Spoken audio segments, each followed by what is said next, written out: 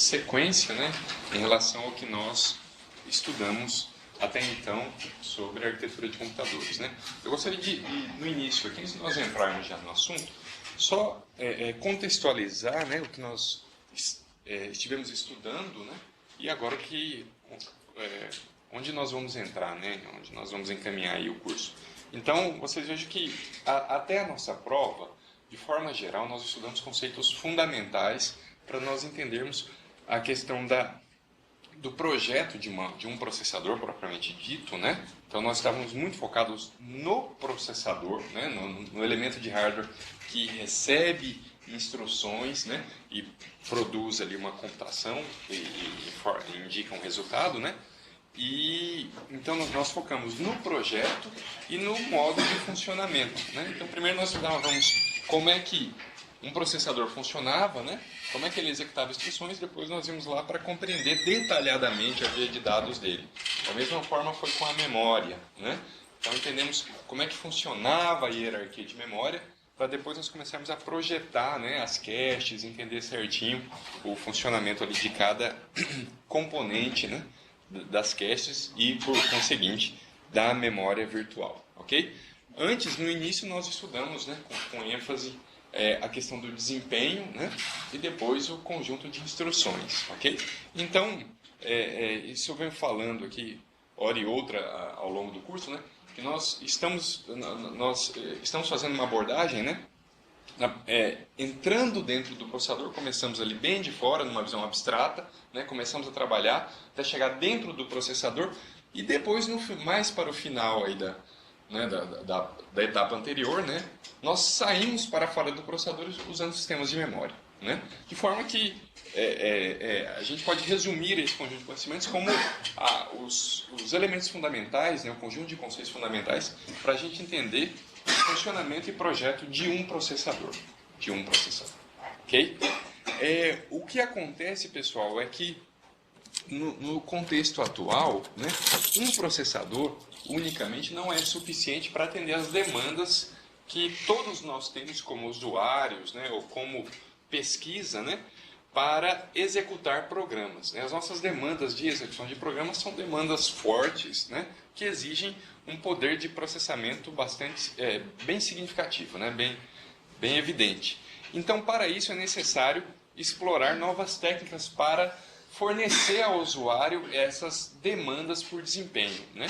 E nós estudamos aí esse aspecto agora sobre o olhar do paralelismo, né? Mas não é o paralelismo de programas, de algoritmos ou de aplicações, né? E invariavelmente nós vamos entrar nesse assunto, né? Sobre técnicas de paralelismo e tal, em programas, mas o nosso enfoque é como o hardware provê recurso, né? Para fornecer desempenho para o usuário, né? E isso está intimamente ligado com a ideia de fornecer paralelismo em hardware, ok? Então nós vamos tratar a maior parte dessa segunda etapa do curso aqui nessa sistemática, né? Nesse contexto de paralelismo, tá? Inicialmente aqui na aula de hoje e amanhã nós vamos tratar do nível mais software, né? E depois nós vamos entrar já bem com aquela mesma abordagem, né? Entendendo o funcionamento, depois mexendo no projeto, tá? De paralelismo em nível de hardware. Vocês vão notar que agora as coisas ficam inevitavelmente mais complexas, né? Porque agora eu não estou lidando com um processador, estou lidando com várias unidades de processamento, né? Nós não vamos lidar aqui não vai dar tempo da gente atacar com muita ênfase, né, o projeto de máquinas multicore. Nós vamos olhar da perspectiva de você ter ainda um processador, mas com várias unidades funcionais executando em paralelo, tá? Então, querendo ou não, o projeto fica muito mais complexo, o hardware fica mais complexo, né? Então a gente vai, vocês vão observar que a gente agora vai dar uma ênfase muito maior no modo de funcionamento, na análise, né, de como é possível projetar, dos problemas decorrentes disso, do modo de funcionamento, né, do que no projeto do hardware propriamente dito, tá? Então essa vai ser a mudança aqui metodológica que vocês vão sentir ao longo dessa parte agora da disciplina, ok? Então todo o material, né, está disponível lá para vocês já irem se antecipando, estudando e revendo. E também a lista de exercícios contemplando aí essa segunda etapa do nosso curso, né? Bom, então nós vamos falar, esse conjunto de materiais aqui que eu preparei para vocês na aula de hoje, né? Ele é, na verdade, uma revisão com algumas pitadas aqui, com algumas porções de novos conceitos, né? Envolvendo paralelismo em hardware, né? Então, obviamente, né, quando nós falamos em paralelismo, tá certo? Nós estamos com a visão sempre de melhorar desempenho, né? Nós fazemos paralelismo justamente para isso, ok? Quando a gente projeta um hardware, né, pelo o próprio projeto do hardware, ele já expõe muito paralelismo, né? Muitas vezes, quando a gente quer elaborar circuitos maiores, a gente monta circuitos maiores. Essa é a metodologia mais usada em hardware, né? Que é você montar um circuito maior a partir de componentes menores. E, inevitavelmente, nessa ideia de projeto está embutido, né? Estão embutidos os conceitos de paralelismo, né? Então, existe o que a gente chama de paralelismo em nível de bit ou paralelismo em nível de porta lógica, né? Que é a ideia de você explorar a execução de operações, né, em paralelo, mas lá no nível das portas lógicas. Quando eu faço um somador de um bit, né, e depois eu tento expandir esse somador de um bit para somar 32 bits simultaneamente, né, dois operandos inteiros, ok? Eu estou ali explorando o paralelismo em nível de bit ou paralelismo em nível de portas lógicas, ok? Isso é chamado, só como exemplo, né, quando a gente faz justamente a abordagem mais comum de se projetar circuitos somadores, é chamado de somador com carry look ahead. Isso daqui é uma exploração direta de paralelismo em nível de porta lógica, ok? Nós estamos interessados num nível um pouco maior, numa granularidade um pouco maior de exploração do paralelismo, que é chamado de ILP, que é o paralelismo em nível de instrução. Tá? Então nós não faz parte aqui do nosso escopo atacar o projeto de circuitos, né, visando paralelismo e desempenho. Faz parte do nosso escopo explorar o paralelismo nesse nível, aqui no nível de instruções. Nós vamos até discutir níveis um pouco maiores, né, como o paralelismo. Então esse daqui será o nosso enfoque, tá? Mas nós vamos discutir aqui paralelismo em nível de loop, então é uma granularidade um pouco maior, né? E maior ainda, né, o paralelismo em nível de thread, ok? Que é o TLP, como diz aqui embaixo, tá bom? Mas o nosso enfoque vai ser justamente, a maior parte do nosso curso, nós vamos estar muito focados aqui nessa abordagem, ok? Então, é explorar paralelismo entre as instruções. Na verdade, é recorrente eu falar de ILP para vocês, porque quando nós estudamos o projeto do processador pipeline, nós já estávamos explorando um paralelismo, né, em nível de instruções, uma ILP. Aquele paralelismo, né, vocês observam que ele era um paralelismo temporal, né? Se eu pudesse tirar uma foto, quando eu parava, a gente fazia nós fizemos vários experimentos aqui, né, tomando como referência a nossa via de dados com pipeline do processador MIPS, e quando nós tínhamos a possibilidade de congelar a execução da via de dados dentro de um ciclo, era possível visualizar várias instruções executando simultaneamente, né, dentro do processador, né, mais de uma instrução por unidade de tempo, ok? É um nível de exploração de ILP, tá certo? O fato da gente adotar um projeto com pipeline já é uma exploração de ILP. Só que é uma exploração de ILP temporal, né? Vocês podem observar que, da maneira como nós elaboramos a nossa via de dados, né, não tinha mecanismo para que duas instruções usassem a ULA simultaneamente. Né? Enquanto uma estava usando a ULA, a outra estava decodificando, a outra à frente estava acessando a memória. Né? Então não era um paralelismo espacial. Tá certo? Que é exatamente o nosso enfoque agora. Agora não, agora nós vamos mudar a via de dados para ela ter um paralelismo espacial. Ok? Então, a ideia de ILP é explorar o paralelismo entre as instruções, né?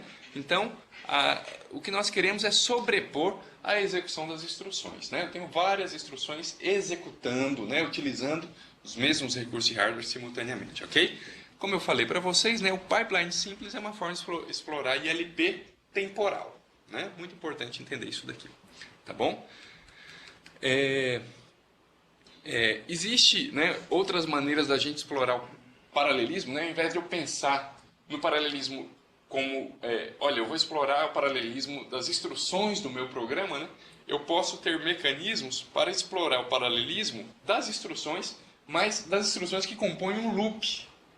Tá certo? Eu não me preocupo com o restante do código, eu me preocupo com os laços, tá? Os loops, ok? Isso faz muito sentido porque é justamente nos laços que reside a maior parte do tempo de execução. Né? Existe aquela regra, né, básica, né, de execução de programas que 80% do tempo de execução de um programa está em 20% do código. Né? Então, de todo o seu código, 20% dele cobre 80% da execução. Esses 20% quase sempre residem lá no núcleo, num loop mais interno. Tá? É o loop mais interno lá que tá. Você faz um for dentro de outro for, dentro de outro for. Aquele último for lá é que está comendo todo o tempo de execução, que está usando o tempo de execução do programa, ok? Então faz bastante sentido melhorar o desempenho do laço, porque se melhorando o desempenho do laço, basicamente você melhora o desempenho, né, da maior parte do programa, ok? E hoje em dia, né, como para explorar a existência de vários núcleos de processamento, né, a gente tem muito a programação voltada a threads, né, organizando o código todo como threads. Então, hoje em dia, as máquinas já nos dão suporte, já dão suporte em hardware para executar threads inteiras, né, dentro dos recursos de processamento. Então, fazer o paralelismo já em nível de thread. Okay? Interessante observar que o paralelismo em nível de instrução, ele pode existir independente da granularidade que você coloca aqui embaixo. Né? Eu posso fazer uma granularidade, eu posso ter um sistema computacional, né? Um chip com vários núcleos de processamento, onde os processadores têm capacidade para executar, né? Ou o recurso, ou a máquina, né, em si, o sistema computacional tem capacidade para identificar threads, né? Escalonar essas threads nos vários núcleos de processamento, e lá dentro do núcleo eu posso ainda explorar o paralelismo das instruções que compõem a thread. Né? Então, na verdade, quando eu tenho paralelismo em nível de thread, não quer dizer que eu não tenho paralelismo em nível de instrução. Né? Eu posso ter paralelismo em nível de instrução, e lá dentro dos núcleos posso ter paralelismo, né, entre as instruções da thread. Ok? Bem, paralelismo em loop, né? Então, quando nós falamos aqui sobre loop level paralelismo, né? A ideia é que nós estamos vendo aí, né, um laço de 1000 iterações, não é isso? E basicamente vocês vejam, né, eu estou pegando cada elemento, né, de um vetor, somando com outro vetor e devolvendo no primeiro vetor. Ok? Esse aqui é um caso clássico, ele é bem simplista, né, onde você tem ali um paralelismo, você tem independência de acesso aos dados entre as interações. Né? Então, se vocês substituírem ali o i pelo valor absoluto, né, então eu vou fazer o acesso ao x0. Né? Então, eu uso x0 mais o y0 e coloco esse no x0.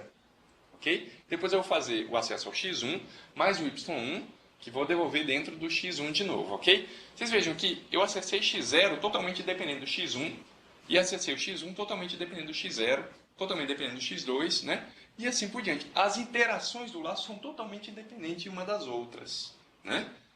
Ok? Então, quando eu tenho situações como essa daqui, isso daqui facilita muito, se o meu hardware suportar, eu aplicar aqui algumas otimizações sobre esse código para paralelizá-lo. Ok? Então, veja bem, eu poderia reescrever facilmente esse código aqui, né? Deixando ele mais paralelo, se eu, por exemplo, aumentasse aqui o meu passo, né? Para ao invés de ele somar de 1 em 1, ele somar de 2 em 2, né? Enquanto aqui eu faço xi recebe xi mais yi, eu poderia fazer logo na linha de baixo, né? Xi mais 1 recebe xi mais 1 mais y1. Ok? Eu teria que, obviamente, mexer aqui nos índices, né? Porque agora ele não poderia ir até 999, né? Teria que ir até 998, só cuidar com isso. Mas o fato é que agora eu estou expondo, né, desde o código em C, desde o código em linguagem fonte, a possibilidade de eu ter paralelismo entre as interações do laço. Quando nós falamos de paralelismo em nível de laço, é exatamente essa ideia de você ter um laço, né, no seu código, e você expõe o paralelismo entre as iterações desse laço, né, de forma que ao jogar, isso daqui vai ser convertido para instruções, né? Mas na hora que isso for traduzido para as instruções, o hardware possa fazer uso, sabe, dessas instruções a mais, né, independentes aí que foram criadas. Então, quando nós falamos de loop level paralelismo, é justamente essa possibilidade, né? Você trabalha muito em software, né, para usar os recursos paralelos em hardware, ok? Bom, então a ideia de como explorar mais ILP, né? A ideia fundamental é você ter, quanto mais estágios você tem num pipeline, né, mais instruções em paralelo você terá no tempo, ok? Então, você vai explorar mais ILP. Quando nós estávamos falando daquele paralelismo de instrução, aqui eu vou embutir alguns conceitos novos, né, uma nomenclatura que vai ser muito importante vocês prestarem atenção e entenderem que eu vou usar isso nas próximas 10 aulas, aí, ok? Então vamos lá, gente. Quando eu me referi àquele pipeline nosso inicial lá, o que acontecia com aquele pipeline nosso, né? Nós fazíamos a busca de uma instrução, né? E se nós considerarmos que boa parte, a grande, né, majoritariamente as instruções executavam na ULA, eu despachava uma instrução para, apenas uma instrução para executar por unidade de tempo, né? Então nós tínhamos o que nós chamamos aqui de despacho simples, né? Apenas uma instrução era despachada, né, para iniciar a execução, ok? Bom, então nós temos aqui a ideia que nós chamamos de single issue, né? Emissão simples, né? Ou despacho simples, como é indicado aqui, né? Você tem apenas uma instrução, né, que vai ser executada simultaneamente, ok? Você tem aqui o que nós chamamos de in order issue, né? Ou esse issue que eu gosto de traduzir ele como emissão, tá? Então você tem uma emissão em ordem, né? Veja que nós tínhamos primeiramente uma emissão simples, né, um single issue, e agora nós temos uma emissão em ordem. O que significa isso, pessoal? Inevitavelmente, como você tem uma emissão simples, né, quase sempre você se depara com essa situação de emitir em ordem. Emitir em ordem é na ordem que a instrução foi buscada da memória, você executa ela. Tá certo? Na ordem, então, observe o raciocínio, né? Como eu tenho o programa, eu sempre vou buscar as instruções na ordem, né?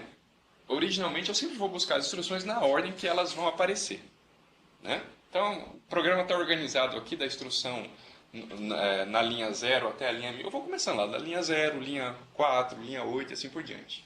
Ok? Então, eu vou buscar as instruções na ordem que elas estão. Então, a busca das instruções é em ordem. A busca delas é em ordem. Ok? Então, o que acontece? Eu busquei essas instruções, né, em ordem, e aí como eu só tenho no meu pipeline simples lá, né, uma instrução, né, pronta para ser para usar a ULA, né, eu faço essa emissão para a ULA também na mesma ordem que eu busquei. Ok? Isso é chamado de emissão em ordem, é o in order issue. Okay? Isso vai mudar bastante para quando nós começarmos a olhar máquinas paralelas daqui a algumas aulas, porque o que vai acontecer? Nas máquinas que exploram paralelismo em nível de instruções, elas buscam na memória as instruções na ordem do programa, normalmente. Okay? Não tem como ser muito diferente disso, a não ser por algumas técnicas que a gente vai estudar também. Tá? De forma geral, é na ordem. Okay? Então eu busco as instruções na ordem, mas agora, uma vez que eu tenho as instruções, né, ali dentro do processador, eu posso verificar qual que é a instrução mais apropriada para executar num determinado momento. E nisso eu posso pegar uma instrução que foi buscada por último e fazer ela passar na frente de outras que já foram buscadas anteriormente. Então, observe, eu busco as instruções em ordem, aqui nesse slide aqui não está dizendo busca de instrução em ordem, né? Ela está dizendo só já a emissão, né? Mas eu tenho a busca da instrução, ok, em ordem. Eu tenho o despacho em ordem. Posso ter, nesse exemplo que eu estou dando agora para vocês, essas máquinas paralelas, né? Eu posso ter um despacho fora de ordem, ok? E por conseguinte, né, a execução também fica, né, quase sempre fora de ordem, né? Porque se eu despacho em outra ordem, né, a chance dessas instruções fora de ordem iniciar a execução já é quase que imediata. Então o que acontece, né? No nosso pipeline simples, nós não tínhamos nada disso. Então a gente buscava as instruções em ordem, né, emitia elas para execução em ordem e executava elas em ordem. Então todo o nosso pipeline ele é baseado, né, numa execução em ordem. Busca em ordem, despacho e execução em ordem. Inclusive, não só isso, né? A gravação, a escrita em ordem também. Que isso é outra questão, né? Eu posso ter instruções. Imagine um hardware que ele é paralelo, certo? Só que as instruções são diferentes. Então, eu posso ter uma instrução que ela gasta mais tempo, né, do que outra, ok? E essa outra aqui mais rápida, que gasta menos tempo para executar, ela foi emitida depois. Então imagine, veja se vocês conseguem visualizar. Eu tenho uma instrução multi, uma instrução add, ok? Eu busquei primeiro a multi, depois busquei a add, tá certo? A add aparece depois no código, né? Eu emiti a multi para uma ULA específica de multiplicação, ok? Agora eu pego o ADD, que não faz multiplicação, né? Nós já sabemos muito bem a operação que ele faz, é uma soma simples, e emito para outra ULA, ok? Que vai fazer só somas, ok? Ó, pelo contexto geral, né, de execução, essa instrução ADD deve finalizar mais rápido, já que, né, o circuito que multiplica, ele faz várias somas, né, sequenciais, né, para poder dar o resultado. Então, há uma chance grande aqui de eu emitir instruções em ordem, delas executarem fora de ordem e gravarem seus resultados fora de ordem. Ok? Gravarem, porque o ADD terminou primeiro. Depois que o ADD termina de executar, o que sobra para ele? Sobra para ele gravar o resultado, correto? Então ele pode gravar fora de ordem. Ok? Então, quando a gente coloca um pipeline, né, explorando paralelismo em nível das instruções, a gente tem que se preocupar com todos esses detalhes, né? Como é que nós buscamos as instruções, como é que nós disparamos as instruções para serem executadas, como é que nós executamos de fato essas instruções, como é que nós gravamos o resultado dessas instruções, né? Então isso é chamado de, né, como eu falei para vocês, né, single issue, in order issue, né, in order execution, e aqui não tem mais, vai aparecer lá depois o in order write, né, que é a escrita em ordem também, ok? Bom, ok, eu estou falando aqui também de escalonamento estático, né? Porque no nosso pipeline simples, né, lá do MIPS, né, basicamente ele executava na ordem que ele buscava, e quem ditava essa ordem, no fundo é o compilador, né? Porque do jeito que o compilador colocasse as instruções, eu iria buscar, não era isso? Eu iria despachar para a ULA e eu iria executar por conseguinte. Okay? Então, o escalonamento estático, né, o escalonamento definido pelo compilador que fazia isso. Okay? Bem, na nossa máquina MIPS lá, nós tínhamos uma CPI ideal. Uma vez que eu preenchi o pipeline, né, na situação ideal, eu teria uma CPI igual a 1. Não é isso? Eu teria uma instrução sendo finalizada por ciclo de clock. Então, a cada ciclo, né, eu teria uma instrução. Ok?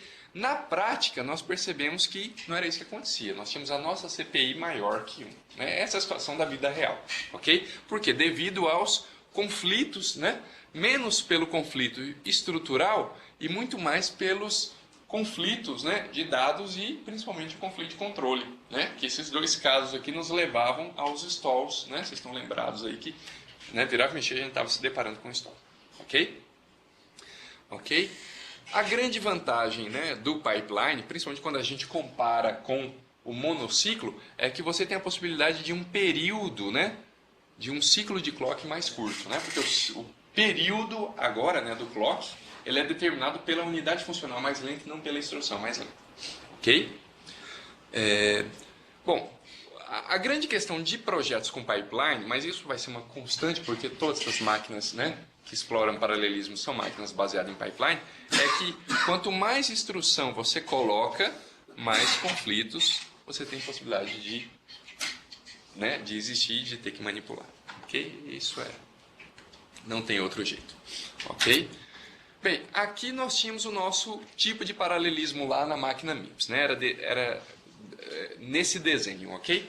Então, outra possibilidade de explorar paralelismo é já começar despachando várias instruções, né? Então, ao invés de eu ter uma instrução só sendo despachada para execução, eu posso fazer um despacho múltiplo, né? Nós chamamos de multiple issue, ok? Então, eu tenho uma replicação de unidades funcionais na via de dados. Né? Para dar suporte a multiple issue, né, a emitir várias instruções para execução, eu tenho que ter um hardware que me dê suporte a isso daqui. Eu tenho que ter 2 ULAs lá no estágio de execução, né?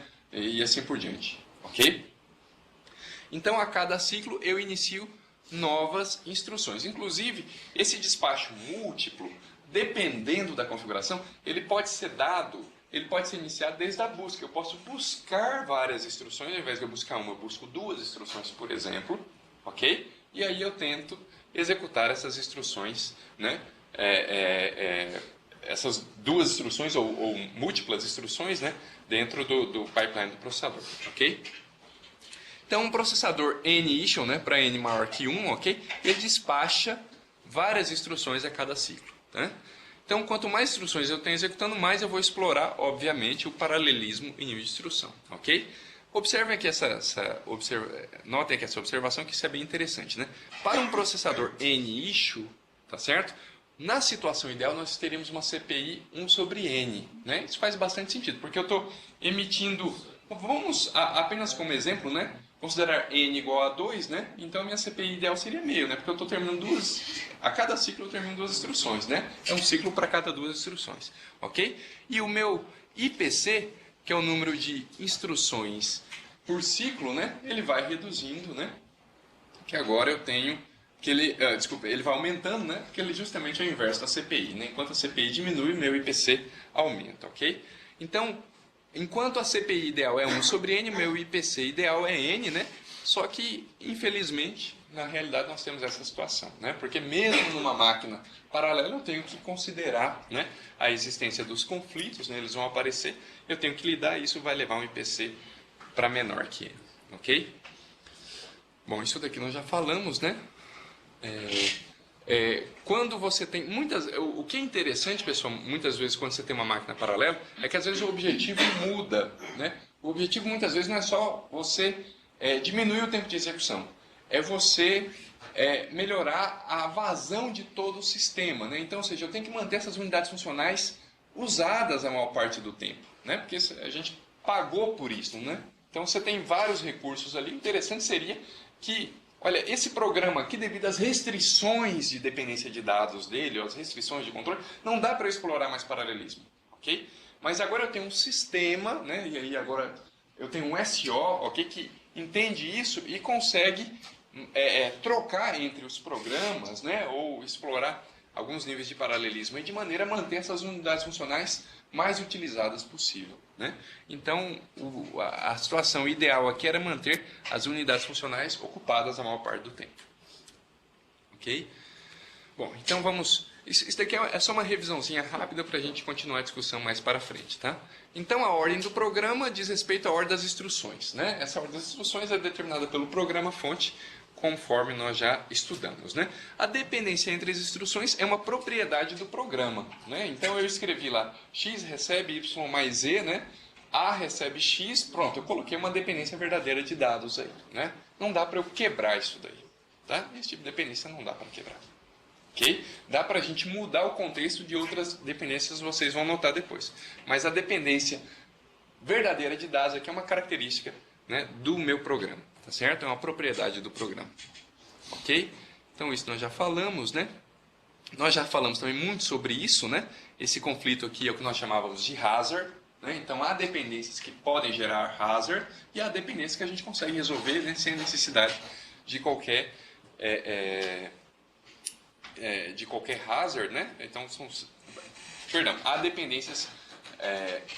Há dependências que geram hazards, né? E há hazards que geram stalls, né? Por outro lado, há dependências que nem hazard geram, né?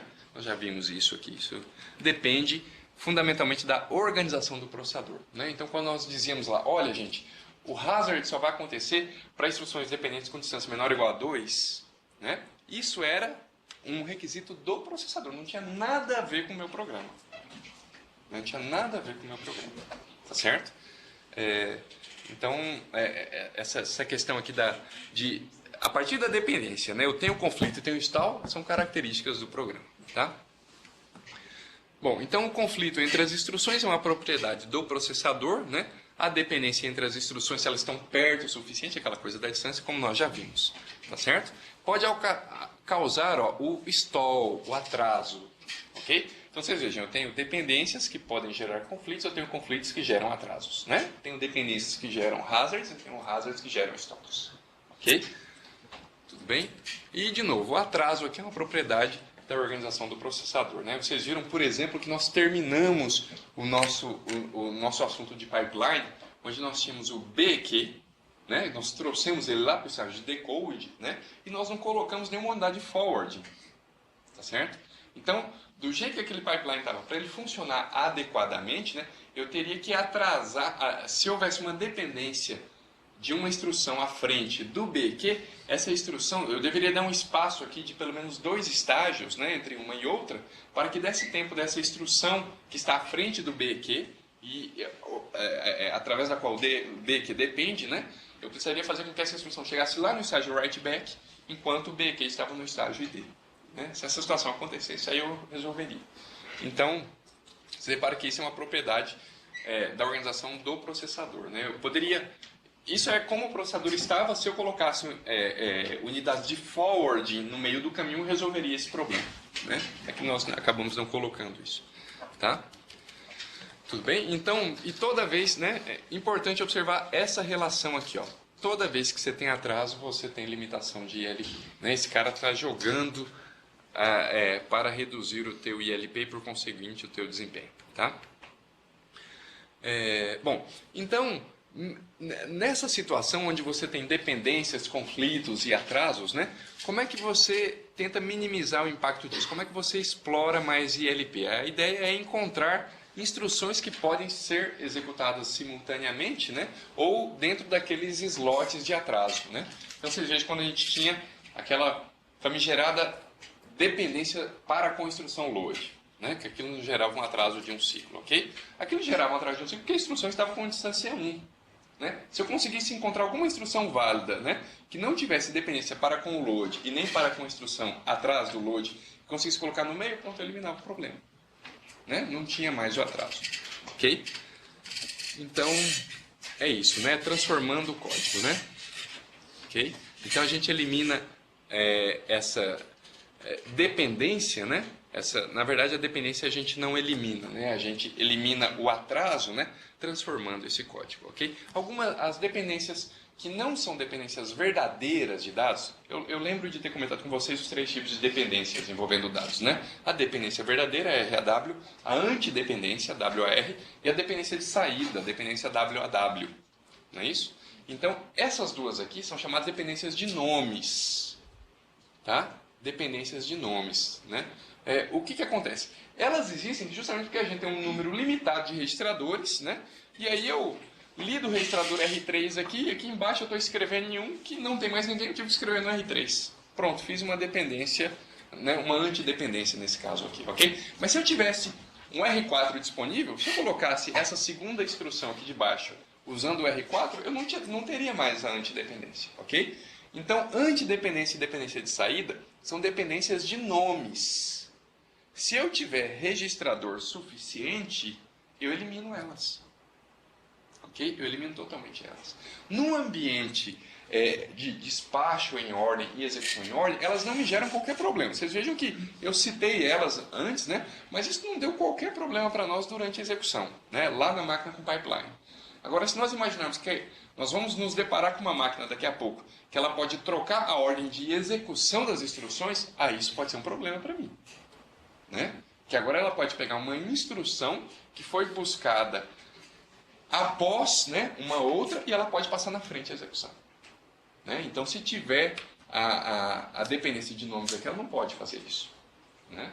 Mas, por outro lado, se eu tiver registradores suficientes, às vezes eu consigo eliminar essa dependência de nomes aqui em algum grau. Tá ok? Então nós vamos tentar fazer isso daí, tá? Então, nós vamos mexer no código ao longo aqui da nossa discussão, né? Então, isso daqui tudo vocês sabem, né? Dependência de nomes, como eu falei, antidependência, né? Ou dependência WR e dependência de saída WAW, ok? Nós temos a dependência de controle, que nós também vimos, que é toda vez que nós temos uma instrução, né, de desvio, ok? Tudo bem? Vejamos. Bom, então vamos falar um pouquinho mais sobre dependência de dados verdadeira, né? Só para a gente relembrar, nós falamos de dependência de dados verdadeiros, nós estamos falando que ela pode gerar um conflito, né, de leitura após uma escrita, não é isso? É a dependência RAW, como a gente costuma dizer, tá certo? Bom, aqui é só uma revisãozinha rápida, né? Vocês vejam que nesse caso aqui, ó, nós temos dependência verdadeira, né, daqui para cá, não é isso? E nós temos dependência verdadeira daqui para cá.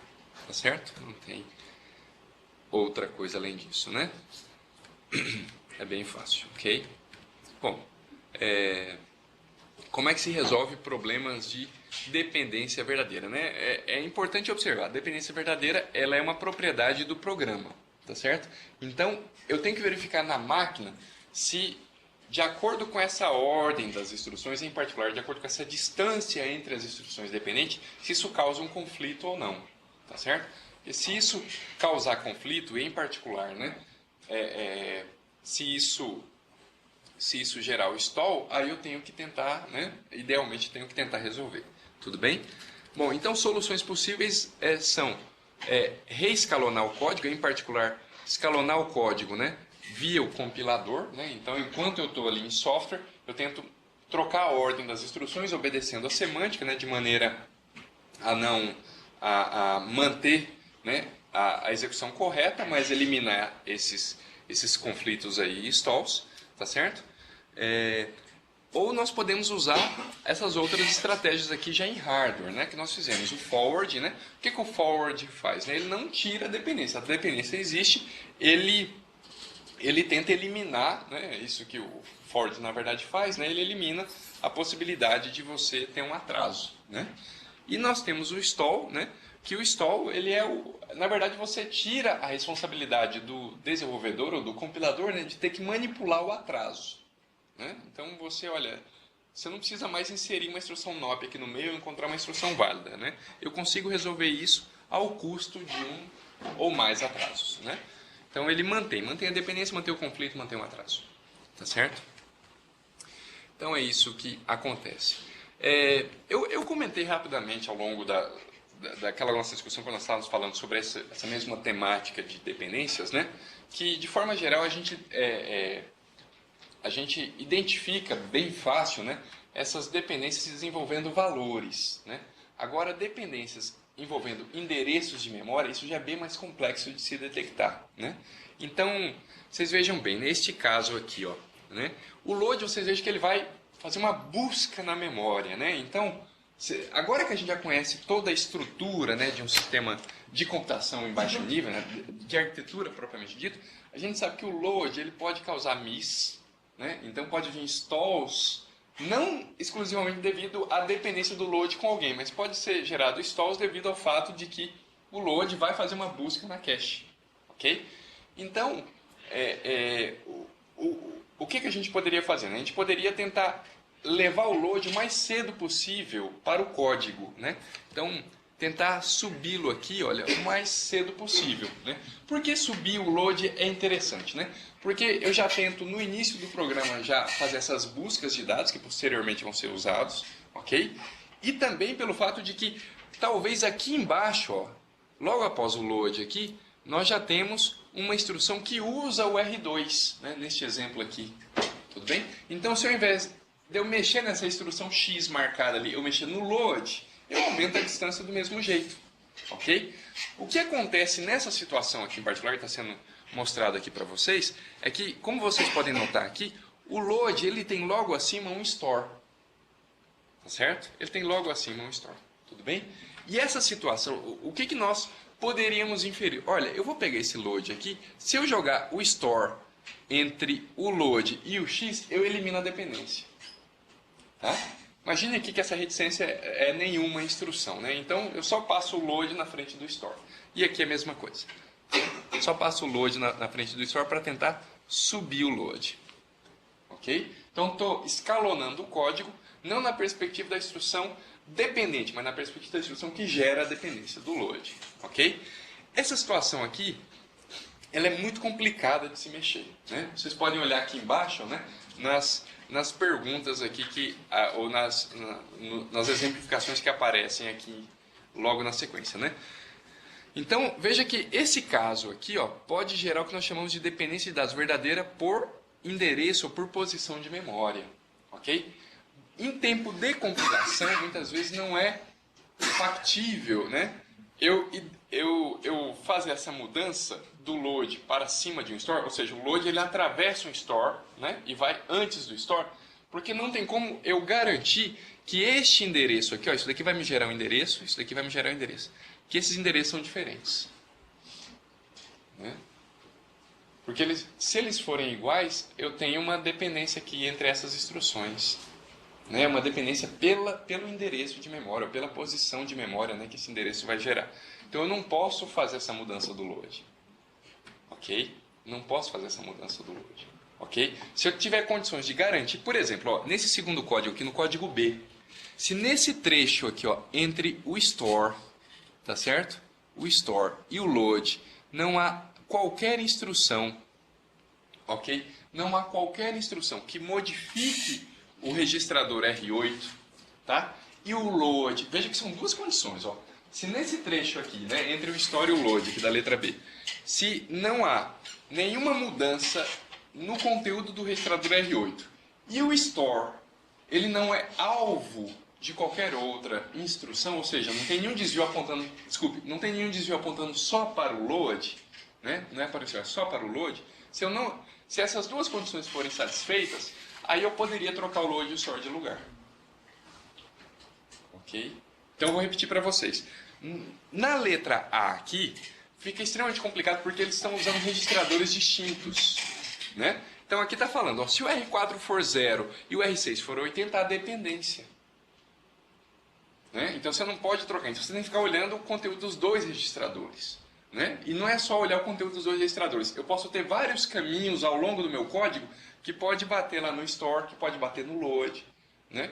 Então, estaticamente, em tempo de compilação, não tem como você identificar isso. Tá? Não é factível, né, em tempo polinomial você verificar isso daí. Okay? Então, o compilador abandona essa estratégia e não faz isso. Não muda. Okay? Não muda o load de lugar. Ok? Agora, se eu tenho esse outro caso aqui, ó, né? Esse outro caso parece ser bem mais fácil, porque eles estão usando o mesmo registrador, tá certo? Então, veja bem, se nesse caso aqui é o mesmo registrador e o mesmo imediato, né? Então o que acontece? Esses caras aqui estão toda a indicação de que eles estão competindo pela mesma posição, pelo mesmo endereço de memória, ok? Então, perfeito, por padrão não moveria. Agora, imagine que aqui, ao invés de 20, né, fosse um outro valor qualquer, 4. Né? Se eu tivesse o 4 aqui sendo somado, tá certo? Por que talvez fosse factível eu mudar? Eu teria que olhar se entre o store e o load não tem ninguém modificando o R8. Né? Se não tiver modificando, opa, perfeito, ok? E também se não há nenhuma instrução no código que desvia entre o store e o load. Okay? Porque às vezes eu posso ter uma instrução que desvia para um ponto aqui, ó, no meio entre o store e o load, ou às vezes no próprio load, e esse caminho aqui, ó, mudou o R8. E esse caminho mudou o R8. Tá, só se não houver competição pela memória. Mas o que eu estou querendo mostrar é que quando há a situação de memória envolvida, né, principalmente no caso do load store, que são as duas instruções que manipulam dados direto da memória, né, endereço de memória, não é trivial você fazer essa identificação, né, de dependência e, por conseguinte, mudar entre eles. Ok? Há muitas máquinas, né, que usam uma técnica chamada especulação. Né? Nós vamos ver aqui especulação, nós vamos ver previsão de desvios, né, e veremos escalonamento em hardware. A especulação, no que diz respeito aqui ao load store, ele é um tipo de hardware que dá suporte ao fato de você falar o seguinte, não, eu vou especular porque de repente esse 100R4 e o 20R6 aqui da letra A, isso daqui talvez nunca seja igual mesmo. Então eu vou pagar o preço e vou mudar o load de lugar, eu vou passar ele lá para frente do store. Tá certo? Então, máquinas que fazem isso, ela está especulando, né? Pode ser que, de fato, o endereço do load seja igual ao do store. Se isso acontecer, se de fato eles são iguais, conflitou. Né? Porque o load buscou um valor que está desatualizado, né? Que foi depois modificado pelo store. ok? Mas isso, entre aspas, é fácil resolver. É só executar o load novamente. Ok? Então, muitas máquinas deixam, né, o compilador mudar o load e o store de lugar. Ele deixa o compilador pegar o load e jogar ele na frente do store, atravessar um store. Tá certo? Só que, para que ele faça isso, ele dá um suporte em hardware para que seja comparado se o endereço do último load foi igual ao endereço do store. Né? Se isso aconteceu, então está caracterizado ali uma dependência, um conflito, né? Devido à dependência de dados. Então, enfim, o que eu quero chamar a atenção de vocês é que dependência de dados, para nós aqui, vai ser bem no contexto de dependência de valor, não dependência de endereço, tá? Justamente porque o problema da dependência de endereço é um problema difícil, né? O endereço de memória pode ser não conhecido em tempo de compilação, tá? Bom, então, isso daqui tudo eu já falei para vocês. Aqui existe uma outra nomenclatura chamada dependência falsa, né? Que não é uma dependência verdadeira, né? E aí tem a antidependência e a dependência saída, conforme nós já vimos, tá? Eu vou passar aqui rapidamente porque nós já discutimos sobre esses casos aqui, tá? Bem, sobre a dependência de nomes, né? O que acontece? Né? A dependência de nomes, vocês vejam que ela é facilmente resolvida via renomeação. Esse caso aqui, ó, vamos pular direto para o caso, né? E vejamos aqui, né? Entre o ADD e o sub há uma antidependência. Né? O ADD lê do R2 e o sub escreve no R2. Okay? O que significa que existe uma antidependência, pessoal? Significa que eu não posso trocar a ordem entre esses dois registradores. Né? Ou melhor dizendo, entre essas duas instruções. Não posso trocar nem em tempo de compilação, também não posso trocar lá no hardware. Okay? No entanto, se eu tiver... Por isso se chama renomeação, né? Porque se eu mudar o nome dos operandos, eu consigo resolver esse problema. Ok? Então, se eu trocar aqui, olha só, esse cara aqui manteve com o R2, só que eu tenho mais um registrador disponível que é o R10. Né? Então eu aloco novamente, né? Executo novamente o algoritmo de alocação e mostro para o alocador, olha, eu tenho um registrador aqui chamado R10, aloca para mim. Tá certo? Então isso possibilita, né, que eu tenha essa possibilidade aqui de trocar, né, entre as instruções, posso trocar normalmente, né, e posso trocar tanto em tempo de compilação quanto em tempo de execução. Ok? Isso é bastante interessante. Tudo bem? Então é isso que acontece, né? Por isso que muitas máquinas, quando elas mudam, a Intel criou isso, né? E vários fabricantes seguiram depois, que é você ter família de processadores, né? Então eles mantiveram por muito tempo, né, o nome x86, que ia evoluindo o conjunto de instruções e ia aumentando o conjunto de registradores. Óbvio, ia aumentando também o hardware, né? O suporte a hardware para melhorar o desempenho, mas ele ia dando suporte a mais instruções, né? E ia aumentando o número de registradores. Então, muitas vezes você executava um código sobre uma máquina mais avançada, não na perspectiva só de que ela era mais avançada em termos de frequência de clock, mas ela era mais avançada porque ela tinha mais registradores. Né? Então eu conseguia fazer renomeação em hardware, né? E às vezes em hardware eu conseguia ter essa possibilidade aqui. Ó. Eu renomeava os registradores em hardware, vocês vão ver que isso vai acontecer no nosso caso. Né? Eu renomeio os registradores já antes de executar, e aí eu consigo trocar a ordem de execução entre eles. Isso é bastante interessante. Tá? Porque aí eu consigo disparar instruções em paralelo. Ok? Então vamos lá. Né? Aqui é um outro caso. Tá? Deixa eu ver aqui. Nós temos a dependência verdadeira. Aqui, né? Nós temos aqui, ó, o OR e o XOR. Ok? A gente resolveu esse caso aqui. Ok? Então vamos lá. Bom.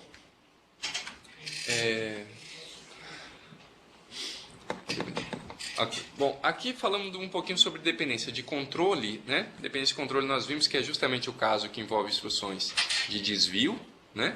Tá aqui o caso aqui básico da instrução BQ, tá certo? Então, eu tenho instruções aqui, né? I, J, I precedendo J, né? Na ordem do programa, né? O J, ele depende de controle, né? Ele é dependente de controle de I, se o J deve ser executado dependendo da execução do I. Né? Então, se o I for verdadeiro, se o I for igual, se o I for diferente, coisa desse tipo. Ok? Então, nós temos esse problema aqui com relação às instruções ADD e SUB, né? Em relação ao BQ. Não é isso? Então, se a comparação for verdadeira, né, não executo ADD e sub, se for falsa, aí sim executo, né? As soluções... Subexecutar de qualquer forma. Ah, desculpa, ele está no label fim, né? Perdão. Né? Então, a questão é se eu executo ADD e sub ou se eu executo só o sub, né? Perdão. Então, a questão aqui é como é que nós resolvemos isso, né? Então, nós resolvemos isso daqui através de stall, né? Nós mantemos a dependência e a gente travou, né? A instrução, né? Para que ela ela pudesse, caso a comparação fosse falsa, né? Caso a comparação fosse verdadeira, né? Aí a gente anulava, né? A instrução que estava atrás, que nesse caso seria um ADD, ok? Um outro caso, né? Então veja, a nossa máquina MIPS lá dava suporte a isso, né? Então nós tínhamos a dependência, o conflito e ocorria um atraso. Ok? Uma outra possibilidade, né, é usar isso daqui, né, instrução no slot de atraso, na instrução delayed branch, né? Então, a ideia da instrução delayed branch é você achar uma instrução válida, né, para você colocar ali naquele slot que é a quantidade de ciclos, né, que demora para que o desvio tome de fato a sua decisão, né? Então, no nosso caso, né, no finalzinho, nós mudamos lá a estratégia, então demorava apenas um ciclo, né? Depois que ele era buscado, ele já tomava essa decisão no estágio de decode. Então, uma ideia seria, olha, eu tiro esse hardware de stall e vou sempre executar a instrução que segue o desvio, tá? Então, a ideia era colocar ali uma instrução válida, tá certo? Então, com isso daí, você tinha dependência, né, tinha um conflito, mas você eliminava, né, o atraso, tá certo? Alguém pode falar, professor, mas lá no nosso caso a gente eliminava, a gente não reduzia. De fato, lá a gente eliminava, né, mas considere uma máquina que o slot de atraso dela é maior que 1, entendeu? Então, às vezes você não consegue, o slot dela é 4, achar 4 instruções para colocar aqui é complicado, né? Então eu acho 2 e deixo 2 ele travar a máquina, tá certo? Mais ou menos assim, por isso que ele fala reduzir, tá? Bom, aí nós temos técnicas para tentar prever o desvio, né? Então, prever o desvio é bastante interessante porque nós vamos olhar o histórico do desvio ao longo do tempo, né? Então, nós vamos olhar o histórico da instrução de desvio e verificar o que ela faz, né? Se ela está de fato desviando ou se ela não desvia, né? E com base nisso, né, nós vamos manter um nível de tolerância para mudar o estado. Então, nós vamos agora implementar um circuito de máquina de estado para dizer para ele, olha, você vai buscar exatamente a próxima instrução, não vai buscar a instrução do alvo do desvio, tá certo? Com base em quê? Com base no histórico desse desvio. Então, se o desvio está lá no endereço 1000, toda vez que eu ver o PC apontando para o 1000, opa, está vindo um desvio daqui. Está vindo um desvio desse lugar aqui. Eu vou ver qual que é o histórico do desvio do endereço 1000. O histórico diz que ele vai desviar. Então, eu já vou buscar o resultado do desvio. Tá certo? Inclusive, caso ele não desvie, flush nele. Anula. Paga o preço, né? Então, ele elimina ou reduz, né? Em alguns casos, ele aumenta, né? Ok? Nesse sentido também tem a especulação. Na verdade, a especulação ela sempre existe, né? Especular é ele já tomar uma decisão prévia, né? Você veja, na nossa máquina MIPS, ele tomava a decisão prévia dele, que ele seguia, né? Ele assumia que o desvio nunca era tomado, né? Ele assumia que o desvio nunca era tomado, porque ele sempre buscava, né, a próxima instrução, ok? E há esses casos aqui são bem interessantes, só que isso é totalmente dependente do conjunto de instruções, tá? Há vários conjuntos de instruções, vai aparecer uns exemplozinhos aqui na sequência, de situações onde no código eu tenho uma comparação, né? Então algo do tipo, se A for igual a 0, ADD e tal coisa, né? E ele transforma essa comparação com essa soma numa única instrução. Okay? Às vezes é uma instrução de soma, de fato, às vezes é uma instrução só de movimentação, às vezes é uma instrução só de load. Né? Imagina o caso assim, se A for igual a 1, aí embaixo tem load, ok? Então, veja, ele só vai fazer a busca se a comparação for verdadeira, ok? Há conjunto de instruções que dão suporte para você transformar toda essa sequência de código numa única instrução de load condicional, de move condicional, de ADD condicional, tá? Isso é bastante interessante porque ele já usa um conjunto de registradores, né, dentro da própria instrução que faz um teste, né, para verificar se a condição é satisfeita ou não. Isso é chamado de if conversion e instruções condicionais, tá? Deixa eu ver aqui. Aqui não há muita novidade em cima do que nós já sabemos, tá? Aqui, vocês vejam que aqui é uma pergunta bem trivial, né? Se há conflito, né? Na nossa máquina MIPS monociclo não tinha qualquer conflito, né? Com relação a isso, né? E aqui agora no pipeline MIPS, o que acontecia, né? Com essa sequência de instruções. Tudo bem aqui, pessoal? Não preciso, né? Acho que eu não preciso detalhar isso, tá? Se alguém tiver dúvida, por favor, me pergunte aí, tá? Isso daqui nós já vimos muitas vezes aí, né? Deixa eu ver aqui. Aqui está mostrando, pessoal, uma coisa que nós já concluímos, né? Que as antidependências e as dependências saídas não causam conflitos no nosso pipeline, né, MIPS sequencial que nós estudamos, né? Então ele está mostrando aqui vários casos de antidependência, né? Se você olhar para o ADD e sub, tem antidependência, né? AND e OR, né? Deixa eu ver aqui. AND e OR. Sei que eu subi aqui no pipeline, mas completo. R6, R6, né? R8, R8 aqui, ó. Aqui é uma dependência verdadeira, né? Dependência verdadeira, né? A antidependência está aqui, né? Aqui é com R2, não é isso? E a dependência de saída é desse XOR, né? Com esse AND aqui através do R6. Tá? Então não haveria qualquer problema de lidar com essas situações na nossa máquina MIPS, né? Ele seguia pipeline normalmente. Ok? Tudo bem aqui, pessoal? Isso aqui é mais uma indicação de nova nomenclatura, né? E algumas propriedades aí que nós já vimos anteriormente, tá? Eu vou